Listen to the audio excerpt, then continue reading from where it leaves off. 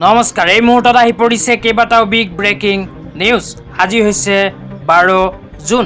ৰাজ্যৰ লাখ লাখ মহিলাসকলৰ বাবে ভাল খবৰ, কিয়নো এইবোৰ মহিলাসকলে লাভ কৰিব ৩,০০০কৈ টকা।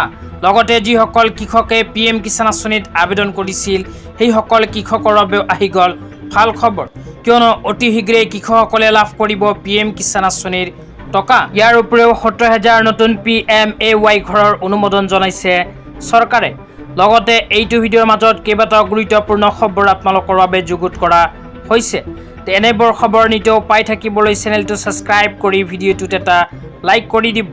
তো বলক ভিডিঅ'টো আৰম্ভ কৰি আজি প্ৰথমটো খুবেই গুৰুত্বপূৰ্ণ খবৰৰ বিষয়ে বিস্তাৰিত জানি লওঁ। আজি প্ৰথমটো খুবেই গুৰুত্বপূৰ্ণ খবৰ হ'ল অসমৰ মাননীয় মুখ্যমন্ত্ৰী ডাঙৰীয়াই প্ৰদান কৰা এক বিশেষ আপডেট লৈ। তো ইয়াতে কি লিখা আছে পঢ়ি শুনাই দিছোঁ। ইয়াতে লিখা আছে, মোৰো এটি সপোনৰ ঘৰ হ'ব। এই সপোন সমাজৰ প্ৰায় প্ৰতিজনৰে মনৰ বুকুত সোমাই থাকে। কিছু সংখ্যকে সহজে কৰি লয় আৰু কিছুৱে আৰ্থিক অৱস্থাৰ বশতঃ পৰি তাৰ বাস্তৱ ৰূপ দিব নোৱাৰা হয়। কিন্তু মাননীয় প্ৰধানমন্ত্ৰী শ্ৰী নৰেন্দ্ৰ মোদী ডাঙৰীয়াৰো ডবল ইঞ্জিন চৰকাৰ আছে সেইসকলৰ সপোন বাস্তৱ ৰূপ দিবলৈ। তাৰপিছত আৰু কি লিখা আছে পঢ়ি আপোনালোকক জনাই আছোঁ, অনুগ্ৰহ কৰি ভিডিঅ'টো প্ৰথমৰ পৰা শেষলৈ চাই থাকিব। তাৰপিছত লিখা আছে, প্ৰধানমন্ত্ৰী আৱাস যোজনাৰ জৰিয়তে অসমৰ লাখ লাখ পৰিয়ালে এটা পকী ঘৰৰ সপোন সাকাৰ কৰিবলৈ ইতিমধ্যে সক্ষম হৈছে।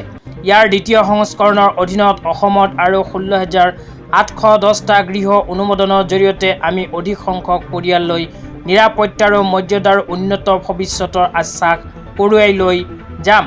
ইয়াতে উল্লেখ কৰা অনুযায়ী যিসকল মানুহে চৰকাৰী ঘৰৰ বাবে আবেদন কৰিছিল কিন্তু এতিয়ালৈকে চৰকাৰী ঘৰৰ টকা পোৱা নাই, তেনে ১৬,৮১০টা পৰিয়ালৰ বাবে চৰকাৰী ঘৰৰ বাবে নতুনকৈ অনুমোদন জনাইছে চৰকাৰে।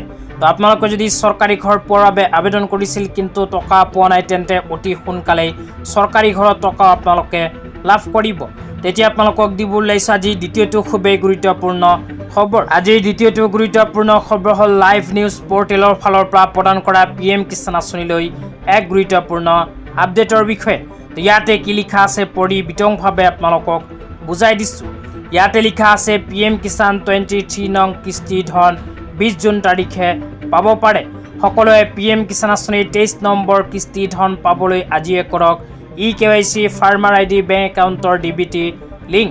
তো ইয়াতে উল্লেখ কৰা অনুযায়ী যিসকল কৃষকৰ নাম PM কিষাণ আঁচনিত অন্তৰ্ভুক্ত হৈ আছে সেইসকল কৃষকে PM কিষাণৰ 23 নম্বৰ কিস্তিৰ টকা অহা 20 জুন তাৰিখে লাভ কৰিব পাৰে। কিন্তু অফিচিয়েলি কোনো আপডেট এতিয়ালৈকে প্ৰকাশ হোৱা নাই। লগতে যিসকল কৃষকে PM কিষাণ আঁচনিৰ 23 নম্বৰ কিস্তিৰ টকা পাব বিচাৰে সেইসকলে PM কিষাণ আঁচনিৰ eKYC, ফাৰ্মাৰ ID আৰু বেংক একাউণ্টৰ লগত আধাৰ কাৰ্ড লিংক কৰিব লাগিব। তেতিয়া আপোনালোকক দিব ওলাইছে আজি তৃতীয়টো খুবেই গুৰুত্বপূৰ্ণ খবৰ। আজি তৃতীয়টো খুবেই গুৰুত্বপূৰ্ণ খবৰ হ'ল মহিলাসকলৰ বাবে। তো যিসকল মহিলাৰ নাম অৰুণোদয় আঁচনিত অন্তৰ্ভুক্ত হৈ আছে কিন্তু চলিত মাহত এতিয়ালৈকে অৰুণোদয় আঁচনিৰ টকা পোৱা নাই, সেইসকল মহিলাৰ বাবে আহি গ'ল ভাল খবৰ, কিয়নো অসম চৰকাৰে চলিত মাহত মহিলাসকলক প্ৰদান নকৰে অৰুণোদয় আঁচনিৰ টকা। অহা জুলাই মাহত অসম চৰকাৰে পূৰ্ণকালীন বাজেট ঘোষণাৰ পিছতহে মহিলাসকলৰ বেংক একাউণ্টত অৰুণোদয় আঁচনিৰ টকা প্ৰদান কৰিব। তো আপোনালোকৰ নাম যদি অৰুণোদয় আঁচনিত অন্তৰ্ভুক্ত হৈ আছে তেন্তে আৰু কেইদিনমান অপেক্ষা কৰিব লাগিব।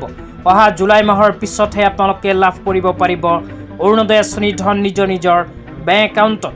আজি ইমানেই। ভিডিঅ'টো চাই কেনে পালে নিশ্চয় এইটো ভিডিঅ'ৰ কমেণ্ট বক্সত কমেণ্ট কৰি জনাই দিব। তো ধন্যবাদ।